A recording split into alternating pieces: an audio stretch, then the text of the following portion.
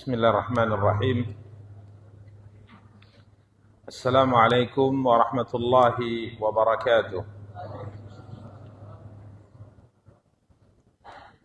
Alhamdulillahi rabbil alamin. Wal aqibatu lil muttaqin fala udwana illa 'alal zalimin. Asyhadu an la ilaha illallah wahdahu la syarika lah. Wa asyhadu anna Muhammadan abduhu wa rasuluh.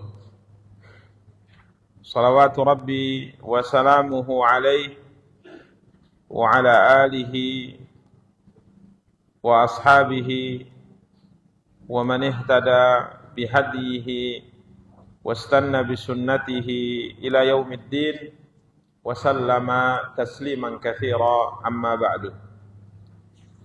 Ikhwani wa akhawati kaum muslimin, kaum muslimat, rahimani wa rahimakumullahu jami'a. Alhamdulillah, puji dan syukur senantiasa kita ucapkan untuk Allah Subhanahu wa ta'ala atas nikmat dan karunia yang diberikan oleh Allah Subhanahu wa ta'ala untuk kita semua. Salawat beserta salam semoga senantiasa dilimpahkan oleh Allah untuk junjungan dan panutan kita Nabi Allah yang mulia Muhammad sallallahu alaihi wasallam. Ikhwani wa akhawati kaum muslimin, kaum muslimat, rahimani wa rahimakumullahu jami'a.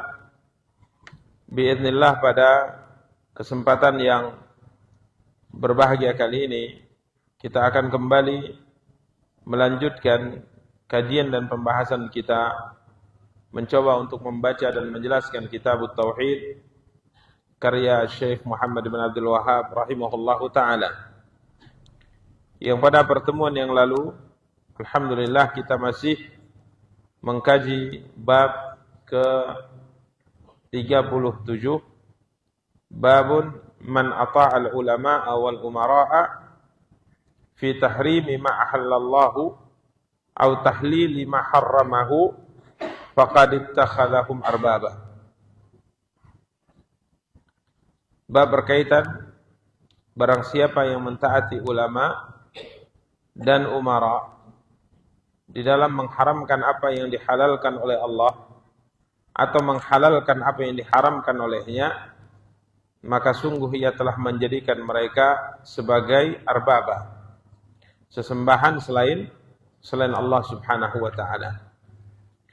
Dan dalil terakhir yang kita baca pada pertemuan yang lalu dalam bab ini adalah hadis dari sahabat yang mulia Adi bin Hatim radhiyallahu anhu.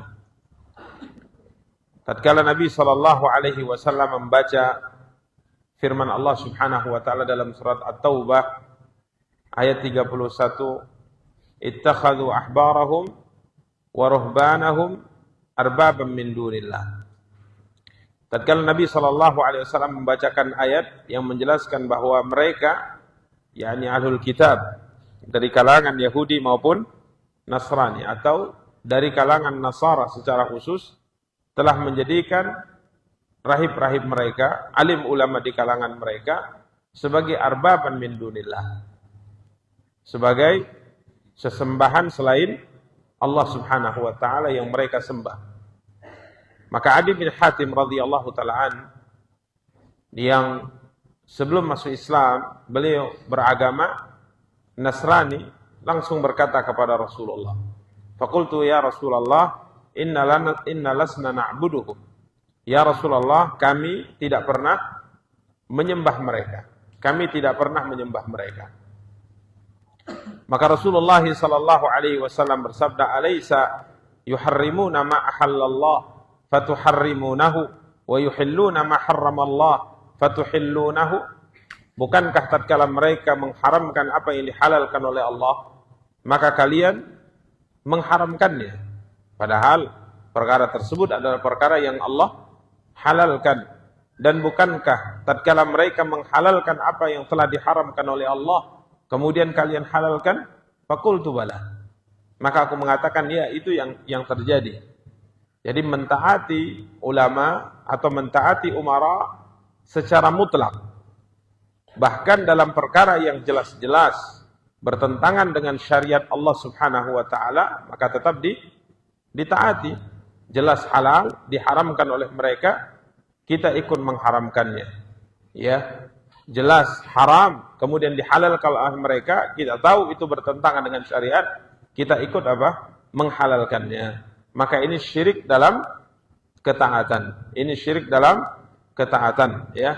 Kita tidak boleh mentaati mereka secara mutlak. Maka tatkala kita mentaati mereka secara mutlak dalam hal-hal halal dan haram, maka sama saja kita telah menjadikan mereka sebagai sesembahan selain Allah Subhanahu wa taala. Ini para ikhwah dan akhwat yang dimuliakan dan dirahmati oleh Allah Subhanahu wa taala, dalil terakhir yang telah kita baca dan jelaskan pada pertemuan yang lalu. Para ikhwah dan akhwat yang dimuliakan dan dirahmati oleh Allah, kita akan lanjutkan bab ini membacakan masail. Ya, membacakan masail dari kandungan bab ini.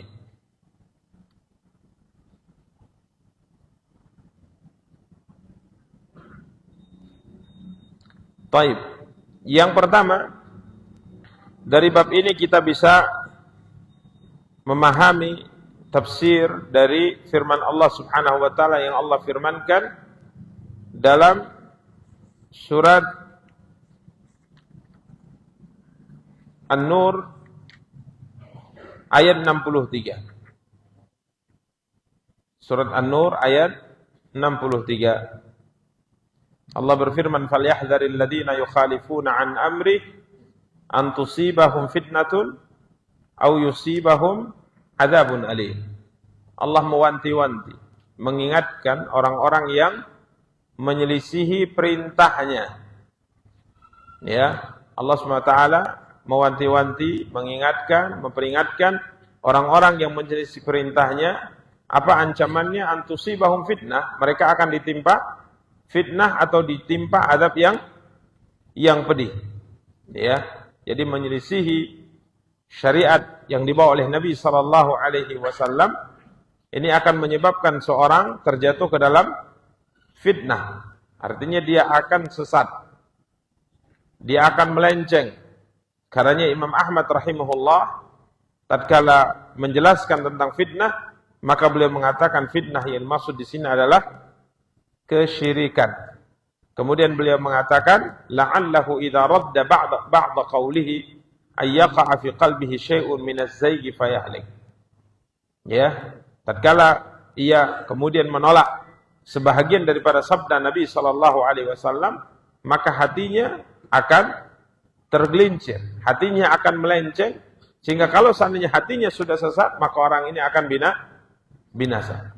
Ya, jadi tidak boleh kita menyelisihi apa yang telah ditetapkan oleh Allah dan Rasulnya. Kalau seandainya kita menyelisihinya, maka ancamannya hati kita akan melenceng dan kita akan tersesat. Dan kalau kita tersesat, maka kita akan binasa.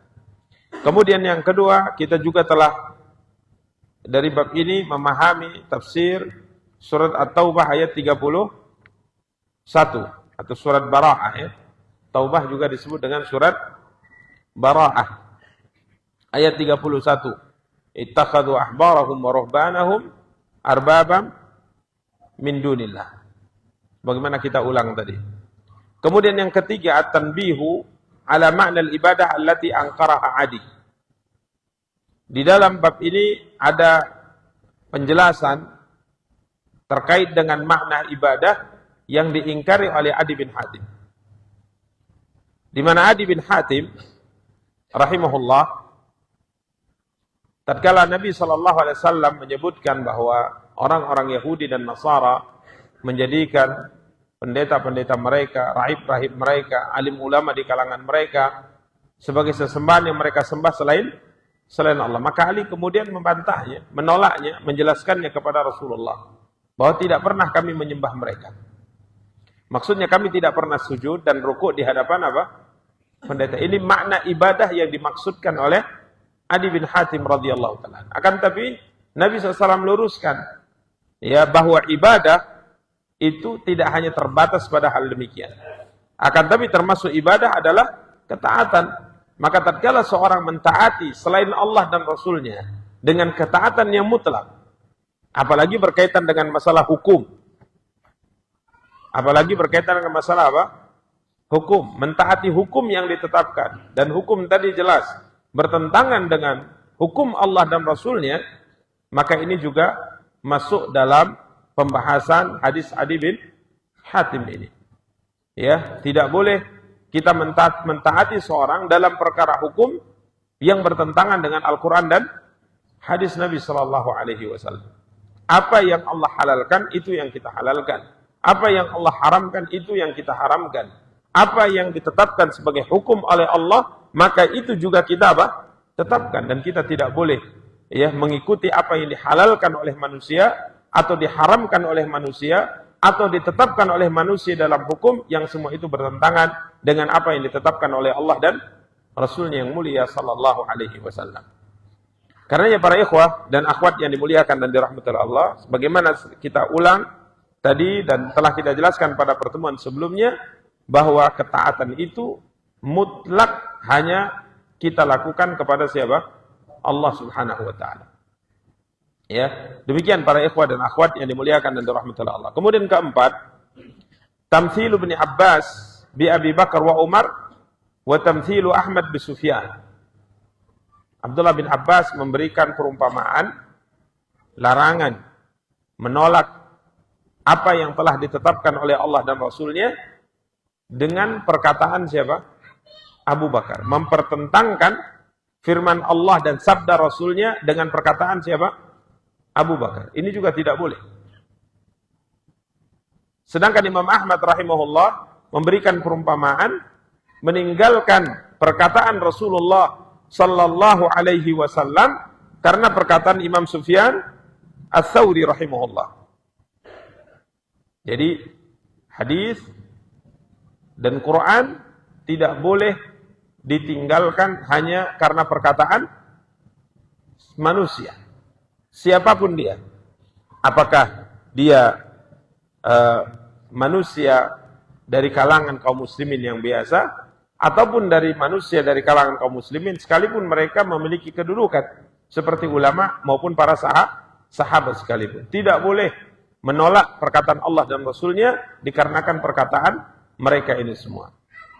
Akan tetapi para ikhwah dan akhwat yang dimuliakan dan dirahmati Allah, yang jelas jika seandainya seorang sahabat atau tabi'in atau tabi'ut tabi'in atau para ulama yang berjalan dengan manhaj yang benar, tatkala mereka berpendapat, maka kita lihat bahwa pendapat mereka itu mereka munculkan atau mereka sampaikan, itu mereka ucapkan sesuai dengan ilmu yang sampai kepada mereka. Artinya tidak ada seorang ulama dari kalangan sahabat atau generasi setelahnya yang berpegang dengan Quran dan hadis berpendapat dengan satu pendapat yang tujuannya adalah untuk berseberangan dengan apa? Dalil. Tidak ada seperti itu. Ya, jadi para ulama-ulama kita tatkala berpendapat, maka mereka dengan ijtihad mereka, dengan ilmu mereka dan usaha mereka, mereka menyesuaikan pendapat mereka dengan apa? Dalil. Hanya saja yang terjadi kadangkala dalil yang dipakai itu apa? Lemah menurut sebahagian ulama yang lain. Atau mungkin sisi pendalilannya menurut ulama yang lain kurang tepat. Jadi pendapat para ulama dalam ijtihad fikih itu bisa kita pastikan tidak ada pendapat yang mereka sampaikan yang tujuan mereka menyampaikannya adalah untuk menyelisih apa? Dalil. Bahkan mereka semua berjuang dan berusaha secara maksimal untuk menyesuaikan pendapat mereka dengan dalil, ya, karena mereka adalah para ulama yang mengagungkan Al-Quran dan hadis Nabi kita yang mulia sallallahu alaihi wasallam. Namun jika seandainya mereka telah berusaha untuk sampai kebenaran dengan dalil yang sampai kepada mereka dan yang mereka hafal, mereka pahami, Namun toh jika seandainya pendapat mereka berseberangan dengan dalil, maka tentunya yang kita pegang adalah dalil dan bukan pendapat para ulama, ya, bukan pendapat para ulama. Dan ini pembahasan yang seperti ini sebenarnya kaidah dalam agama secara umum, akan tapi dalam prakteknya tentunya hal ini sangat sulit, khususnya bagi kita orang-orang awam. Khususnya bagi kita orang-orang awam. Karena memilah pendapat dan mengatakan pendapat ini yang paling sesuai dengan dalil, ini butuh apa? Butuh keahlian. Ya, butuh apa? Keahlian dari sisi ilmu. Ya, tidak sembarang. Tidak bisa sembarangan seorang kemudian mengatakan bahwa pendapat ini sesuai dengan dalil, pendapat ini tidak sesuai dengan dalil. Demikian para ikhwah dan akhwat yang dimuliakan dan dirahmati Allah. Jadi ini hanya sebagai manhaj yang harus kita pegang, bahwa perkataan ulama kalau bertentangan dengan dalil, maka yang kita kedepankan adalah apa? Dalil. Demikian para ikhwah dan akhwat yang dimuliakan dan dirahmati oleh Allah Subhanahu wa taala. Berikutnya poin kelima. Tahawulul ahwal ila hadhihi al-ghayah. حتى صار عند الأكثر إبادة الرهبان هي أفضل الأعمال وتسمى الولاية، وإبادة الأحبار هي العلم والفقه، ثم تغيرت الأحوال إلى أن أبد من دون الله من ليس من الصالحين، وأبد بالمعنى الثاني من هو من الجاهلين. Beliau berkata, adanya tahawulu al-ahwal, terjadi perubahan dalam kondisi dan keadaan zaman. Sampai pada tingkat yang beliau jelaskan di masa beliau.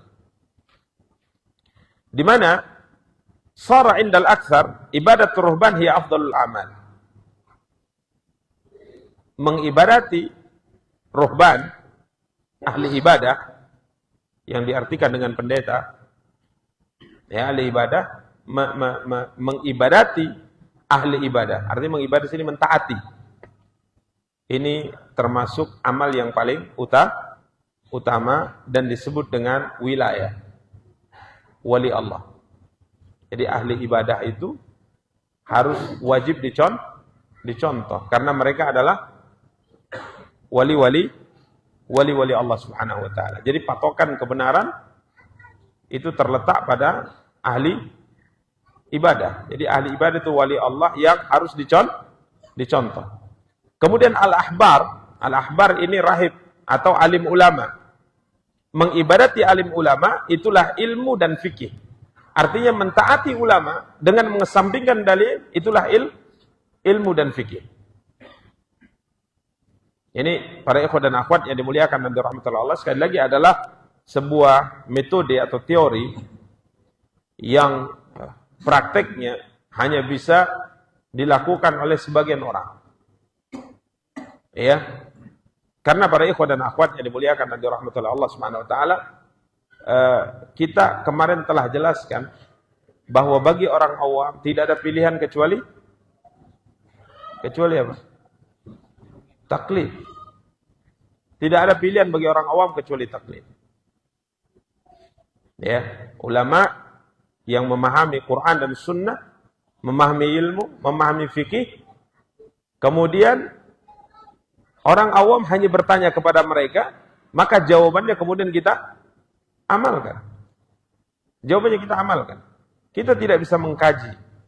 Contoh misalnya, hukum A misalnya. Apa hukum tertentu dalam salat misalnya. Apalagi kalau sudah dihadapkan kepada kita perbedaan para ulama. Apalagi kalau sudah dihadapkan di hadapan kita perbedaan para ulama, maka kita bingung. Maka kita pasti akan bingung. Apa hukum salat di waktu-waktu yang dilarang misalnya. Ada hadis yang melarangnya dan ada riwayat yang mengisyaratkan membolehkannya. Apa hukum salat tarawih lebih dari 11 rakaat?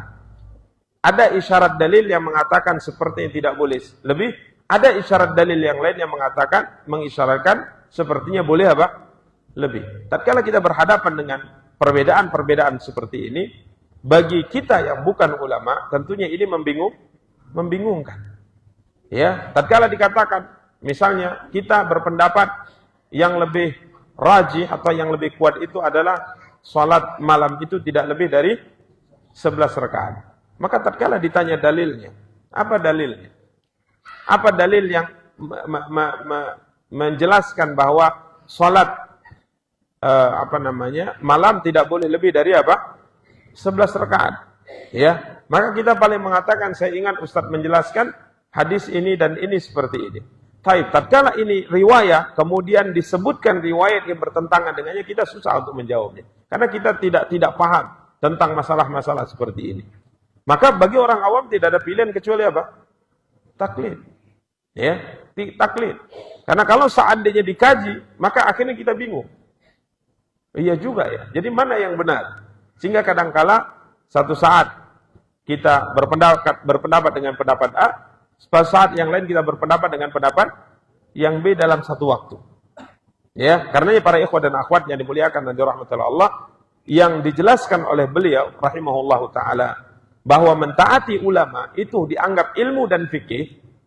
Ilmu dan fikih ini sebuah manhaj yang memang harus dipegang, bahwa tidak ada yang wajib kita taati secara mutlak kecuali Allah dan Rasulnya.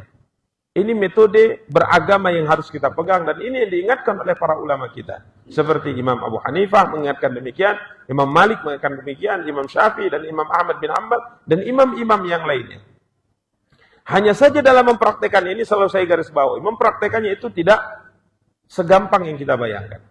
Karena para ikhwah dan akhwat yang dimuliakan dan dirahmati Allah, kita orang awam, kewajiban kita hanya bertanya kepada apa? Ahli ilmu. Allah berfirman, fas'alu ahla dzikri in kuntum la ta'lamun. Karenanya ini ada pertanyaan, apa perbedaan taklid dengan ittiba? Apa perbedaan taklid dengan ittiba? Para ikhwan dan akhwat yang dimuliakan dan dirahmati Allah, secara makna bahasa, kedua kalimat ini memiliki makna yang kurang lebih sama. Taklid dengan ittiba itu secara makna diartikan mengikuti. Diartikan apa? Mengikuti. Akan tapi lafaz taklid ini jauh lebih dalam mengikutinya dibandingkan dengan apa? Ittiba. Jadi kalau taklid itu mengikuti mungkin apa bahasanya? Secara total. Mengikuti secara apa? Total. Totalitas ngikut. Bisa bicing mata lah. Ikut bicing mata. Dibawa kanan-kanan, bawa ke kiri-kiri, maju-maju gitu. Itu taklid. Tapi kalau ittiba masih agak mending dia. Karenanya dalam istilah syar'i, sebagian ulama membedakan antara taklid dengan ittiba.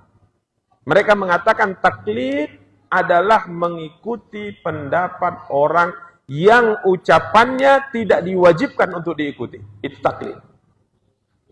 Sedangkan ittiba mengikuti pendapat orang yang pendapatnya diwajibkan untuk diikuti. Maka tatkala kita mengikuti Nabi sallallahu alaihi wasallam, kata mengikuti juga. Taklid dan ittiba itu sama-sama apa? Secara mana mengikuti. Tapi kalau untuk Nabi perkataannya wajib diikuti, maka tidak disebut kita taklid kepada siapa? Kepada Nabi, tapi kita ittiba kepada siapa? Nabi SAW. Qul in kuntum tuhibbunallaha fattabi'uni. Ittiba, memakai kata apa? Ittiba. Ya, jadi sebagian membedakan, tapi sebagian ulama mengatakan, ya, tidak ada bedanya. Taklid dan ittiba tidak ada apa? Tidak ada bedanya. Ya. Karenanya para ikhwah dan akhwat yang dimuliakan dan dirahmati Allah, kita orang awam, tentunya hatta sekalipun mengikuti pendapat para ulama, kita tidak mampu menelaah perkataan ulama ini sesuai dengan dalil atau tidak. Maka dalam metode fatwa, tatkala orang awam bertanya, walaupun kadangkala yang seperti ini kemudian memunculkan sebuah fitnah di kalangan orang awam. Kadangkala orang awam tatkala bertanya kepada satu pendapat, Kemudian dijawab secara singkat. Syekh, apa pendapat melakukan ini dan ini? Maka Syekh kadang-kadang dalam fatwa mengatakan tidak boleh, selesai. Tapi kadang-kadang orang awam sok hebat gitu. Oh nggak boleh ya? Dalilnya apa? Dalilnya apa? Apa? Tatkala disebutkan pun dalilnya, apakah kau tahu dalil itu sahih atau tidak? Ya, dalilnya apa? Nantang gitu. Dalilnya apa Ustaz? Saya enggak mau taklid saya. Saya mau muttabi, ngikuti apa?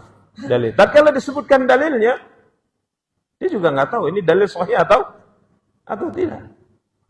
Tatkala disebutkan ayatnya jelas sahih, tafsirnya sahih atau enggak? Enggak tahu juga. Berarti apa? Hanya bertanya, kemudian mengikuti. Makanya orang awam itu hanya diwajibkan untuk memilih siapakah orang yang layak untuk ditanya. Ini dia masalah. Siapa yang layak untuk ditanya? Karena kalau salah nanya, ini dia. Sesat. Salah nanya sesat. Bukan hanya dalam masalah agama. Dalam masalah dunia juga kalau antum salah nanya, sesat. Ya. Tanya alamat kepada orang yang tak tahu. Dan sok tahu pula. Ini jahal murakkab ya. Jahal bodoh kuadrat. Ada orang bodoh, namanya bodoh ringan. Ini kalau dia ditanya, dia nggak tahu, dia bilang, saya nggak tahu. Ini namanya bodoh ringan. Ya, ini bodoh ringan. Tapi ada jahal murakkab, kuadrat. Dia ditanya, dia nggak tahu, tapi sok tahu. Ini dia, ini menyesatkan ini. Ya, ini menyesatkan. Apa hukum salat zuhur? Nggak tahu saya. Bodoh. Tapi ini mudah untuk diajari. Tapi kalau orang ditanya, apa hukum salat zuhur? Sunnah katanya. Oh ya? Maka kita katakan, tidak, hukumnya wajib. Dia pasti akan nentang. Kok wajib pula? Yang saya tahu sunnah. Ini bodoh murakkab. Ya. Makanya jahal murakkab itu bodohnya tidak bisa diajari, pinternya tidak bisa diikuti. Bodohnya tidak bisa diajari, pinternya tidak bisa diikuti. Diajari dia ngelawan, diikuti sesat. Karena para ikhwah dan akhwat, bagi kita kewajiban bagi kita adalah bertanya kepada ahlinya. Bertanya kepada ahlinya. Jangan salah tanya. Kalau salah tanya bahaya. Ustaz, bagaimana kita mengetahui orang yang memang layak untuk ditanya? Adakah sifatnya? Adakah ciri-cirinya? Adakah baunya? Alamatnya? Makanya sebenarnya para ikhwah dan akhwat yang dimuliakan dan dirahmati Allah, kewajiban kita adalah memperkenalkan kepada umat kita siapa ulamanya. Memperkenalkan kepada umat kita siapa ulamanya, sehingga umat tidak salah tanya. Dan hari ini untuk memperkenalkan kepada umat siapa ulamanya yang layak untuk ditanya susah. Karena hari ini semua orang bisa berbicara. Hari ini semua orang bisa menulis. Bahkan kadangkala orang yang paling bodoh dia pula yang paling banyak berbicara. Ini masalah. Ya, makanya untuk memilih siapakah yang layak untuk ditanya di hari ini sangat susah dan sangat sulit. Ya, karena semua kita komentator. Semua kita berbicara dalam segala bidang. Ya, berbicara dalam segala apa? Dalam segala bidang. Kalau dulu ya, orang-orang yang boleh berbicara adalah orang-orang yang memang diizinkan berbicara atau diberi rekomendasi oleh ulama-ulama sebelumnya untuk berbicara. Kalau sekarang kan tidak ada aturan. Dan manusia atau umat juga tidak memahami aturan ini. Semua orang boleh apa? Berbicara. Bahkan kadangkala ilmu itu dilihat dari apa? Dari gaya bicara. Ilmu itu dilihat dari detail. Ya kan? Kalau sudah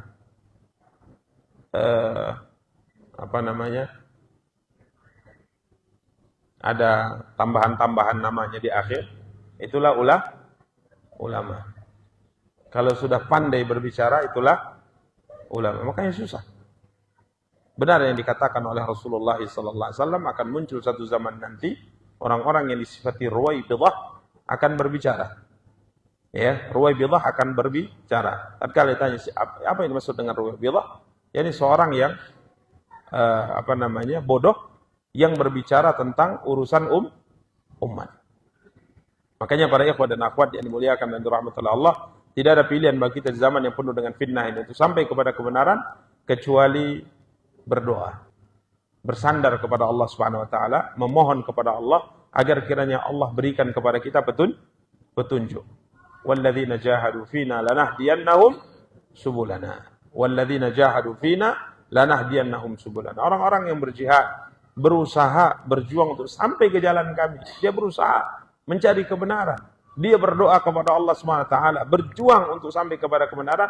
Allah berjanji, Allah akan sampaikan dia kepada jalan-jalan kami. Karena para ikhwah dan akhwat yang dimuliakan dan dirahmati Allah, kewajiban kita orang yang disebut dengan awam adalah bertanya kepada orang yang memang layak untuk ditanya, yang disebut dengan ahlul ilm. Yani para ulama. Tidak semua orang yang pandai naik ke atas mimbar, pandai berbicara, layak untuk ditanya. Ya, tidak semua orang. Tidak semua orang yang duduk di hadapan kita kemudian layak untuk ditanya. Ya, kadangkala seperti kita orang-orang awam, kita hanya bisa menyampaikan dengan kitab apa yang disebutkan oleh para ulama. Adapun mengkaji semua permasalahan, menimbang dalil, mana yang lebih kuat, mana yang lebih ringan, mana yang lebih kuat, mana yang lemah, ya kan? Kemudian mana pendapat yang kuat, mana pendapat yang lemah, ya. Ini kita katakan terus terang, kita tidak mampu melakukannya. Kita hanya bisa mengambil produk yang sudah jadi. Para ulama mengkaji, para ulama memberi kesimpulan, kemudian kita mengamalkannya. Demikian para ikhwah dan akhwat yang dimuliakan dan dirahmati oleh Allah Subhanahu wa taala. Karenanya kadangkala dalam beberapa permasalahan tatkala dikaji secara tekstual seperti ini memunculkan cara beragama yang salah. Memunculkan cara beragama yang salah. Sebagaimana sering kita ingatkan pada pertemuan yang lalu, bahwa kadangkala kita hanya mengatakan, ada yang berani mengatakan, saya tidak butuh perkataan ulama. Saya tidak butuh perkataan ulama. Saya hanya Quran dan hadis. Saya berkata, Quran dan hadis benar. Tapi dengan pemahaman siapa? Apakah dengan pemahaman Anda atau pemahaman ulama? Jadi para ikhwah dan akhwat yang dimuliakan dan dirahmati Allah, ini mesti dipahamkan karena banyak sekali kita dapati orang-orang yang kemudian terlalu jauh melangkah, ya, meremehkan para ulama dan memahami Al-Quran dan hadis dengan pemahamannya sendiri. Demikian yang berkaitan dengan faidah atau masalah yang kelima yang beliau sebutkan dalam bab ke-30 berapa? 37 ya. Dari babun man ata'al ulama wal umara fi tahrimi ma halallah au tahlili ma harramahu faqad ittakhadhahum arbaba. Bab mentaati ulama dan umara dalam mengharamkan apa yang Allah halalkan atau menghalalkan apa yang Allah haramkan, maka sungguh ia telah menjadikan mereka sebagai apa? Sesembahan. Tidak boleh mentaati siapapun dalam halal dan haram maupun dalam hukum kalau kita tahu itu bertentangan dengan Allah dan Rasulnya. Ya, tidak boleh. Kalau kita tahu itu bertentangan dengan Allah dan Rasulnya, maka tidak boleh kita ikuti. Kalau kita ikuti, ini telah menjadikan mereka sebagai sesembahan selain Allah. Paham ya? Saya takut antum tidak paham. Saya takut antum tidak paham. Tapi intinya, untuk mengatakan ini bertentangan, yang mereka sebutkan halal bertentangan dengan Quran dan Sunnah, itu juga butuh ilmu. Ya. Ulama mengatakan ini boleh, ini tidak boleh. Untuk menyimpulkan, ini perkataan mereka yang membolehkan dan tidak membolehkan, ini bertentangan dengan Quran dan hadis, ini butuh ilmu. Ada ulama atau umara menetapkan hukum. Hukum A, hukum B, hukum D, hukum terus. Ditetapkan hukum poin 1, poin 2, dan seterusnya.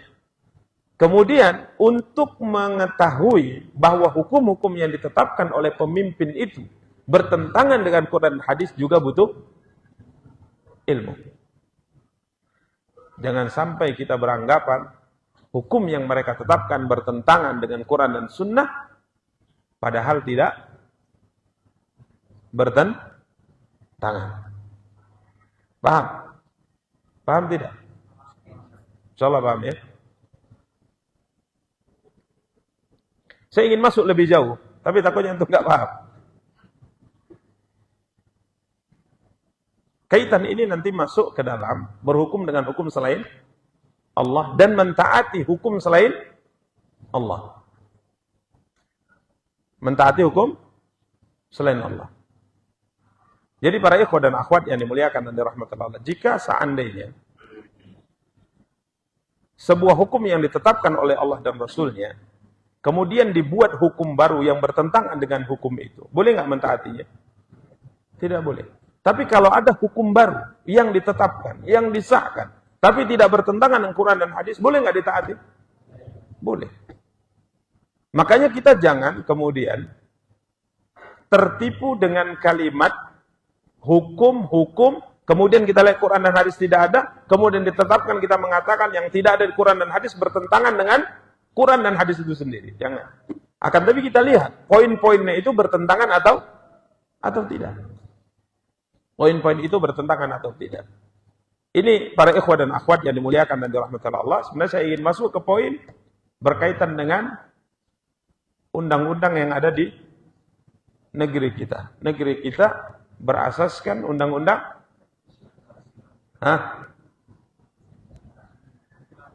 Pancasila. Undang-undang tahun 45. Ini hukum Allah atau tidak? Nah, kan? Tidak, antum harus punya ilmu. Maksud hukum Allah atau tidak, artinya maksud saya bertentangan dengan hukum Allah atau tidak.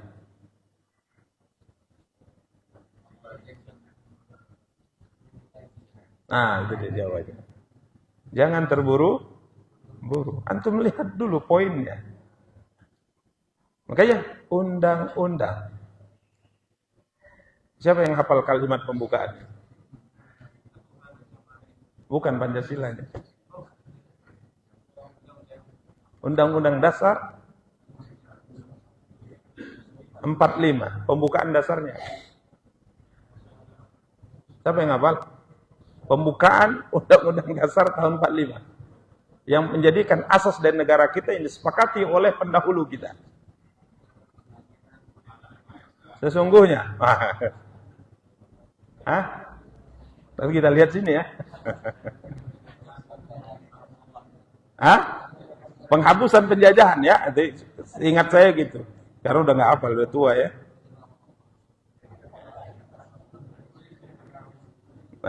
Ada yang apa? Undang-Undang Dasar Negara Republik Indonesia tahun 1945.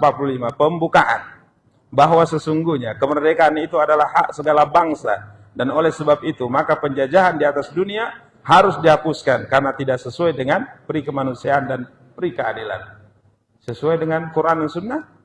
Sesuai. Maka nggak boleh terburu-buru. Undang-Undang Dasar Negara Republik Indonesia tahun 1945 yang dirumuskan oleh pendahulu kita itu hukum tauhid. Iya, hebat kali. Kaji dulu, lihat poin-poinnya. Poin ini bertentangan tidak? Bertentangan atau tidak? Tidak. Kaji. Ini sebuah kesepakatan. Pasalnya, babnya ada semua di sini. Makanya semuanya berdasarkan apa? Ilmu. Jadi Undang-Undang Dasar tahun 1945 itu apakah tatkala disepakati kemudian secara otomatis mengatakan bahwa negeri ini adalah negeri tauhid, negeri yang negeri kafir? Tidak. Jadi ini banyak yang kemudian masuk ke ranah ini, mengkaji bab ke-37 ini. Inilah yang pemahamannya. Jelas ini. mentaati para umara dalam menghalalkan apa yang Allah haramkan, mengharamkan apa yang Allah halalkan, telah menjadikan mereka sebagai apa? Sesembahan. Tapi memahaminya tidak semudah itu. Ya.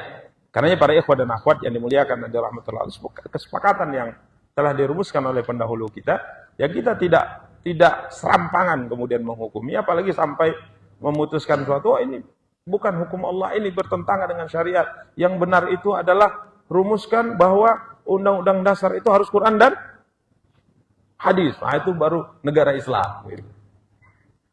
Ya, kalau nggak gitu bukan negara Islam. Padahal itu adalah sebuah kesepakatan. Sebuah apa? Kesepakatan. Dan coba kajilah poin-poinnya. Apakah bertentangan dengan Quran dan Sunnah? Bertentangan dengan agama Islam atau tidak? Kesepakatan. Ya.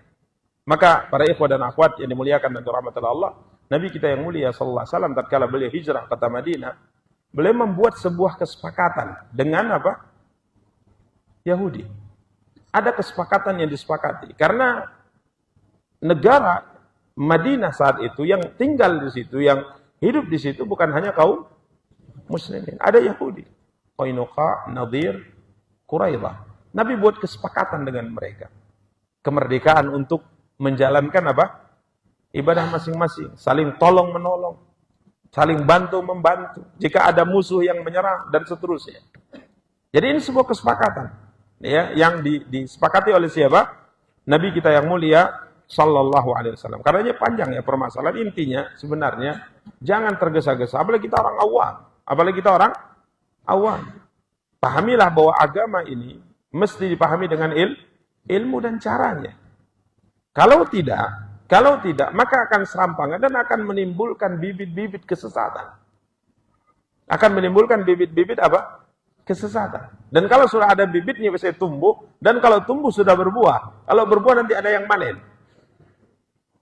Makanya bahaya para ikhwah dan akhwat yang dimuliakan dan dirahmati Allah. Dan tidaklah kelompok-kelompok yang sesat itu muncul kecuali karena sebab menyeleweng dari menyeleweng dalam pemahaman mereka terhadap agama tidak sesuai dengan kaidah yang disebutkan oleh para ulama kita.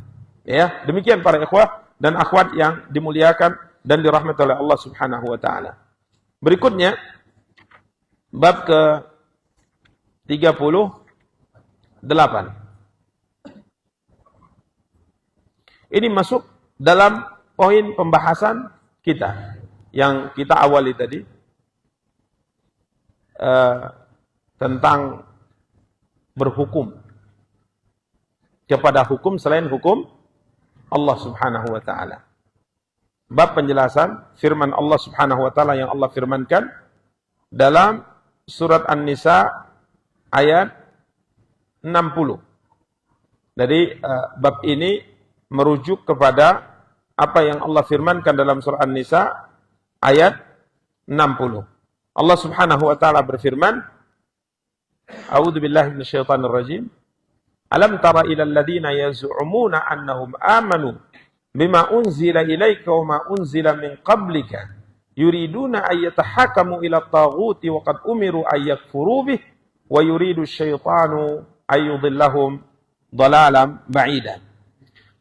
Apakah kamu, kata Allah, tidak memperhatikan orang-orang yang mengaku dirinya telah beriman kepada apa yang diturunkan kepadamu dan kepada apa yang diturunkan sebelum kamu? Mereka mengaku beriman kepada apa yang Allah turunkan kepadamu dan beriman dengan apa yang diturunkan sebelum kamu daripada ad-din, daripada kebenaran.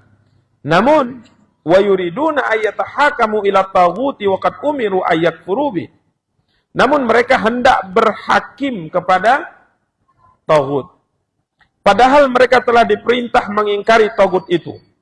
Dan syaitan bermaksud menyesatkan mereka dengan penyesatan yang sejauh-jauhnya. Ini para ikhwah dan akhwat yang dimuliakan dan dirahmati oleh Allah Subhanahu wa taala, bab berkaitan dengan berhukum dengan hukum taghut. Bab berkaitan dengan berhukum dengan hukum jahiliyah, mengesampingkan hukum Allah, mengesampingkan hukum yang dibawa oleh Rasulullah sallallahu alaihi wa ala alihi wasallam. Ini sekali lagi pembahasan yang perlu didudukkan agar kita tidak salah di dalam memahami. Dan ingat, semua perkara dalam agama kita butuh apa? Ilmu. Tidak memahaminya dengan serampangan, tidak pakai kaidah, tidak pakai bimbingan para ulama, sehingga kalau seperti itu maka subhanallah waliyadzubillah akan terjadi apa? Kerancuan dalam pemahaman, dan seorang itu akan melenceng dari garis yang benar sehingga akhirnya dia sesat, dan kalau seandainya sesat maka dia akan binasa. Insyaallah kita akan kaji bab ini pada pertemuan yang akan datang. Bi'idnillahi tabaraka wa ta'ala. Kita cukupkan. Subhanakallahumma bihamdika asyhadu an la ilaha illa anta astaghfiruka wa atubu ilaik. Wassalamualaikum warahmatullahi wabarakatuh.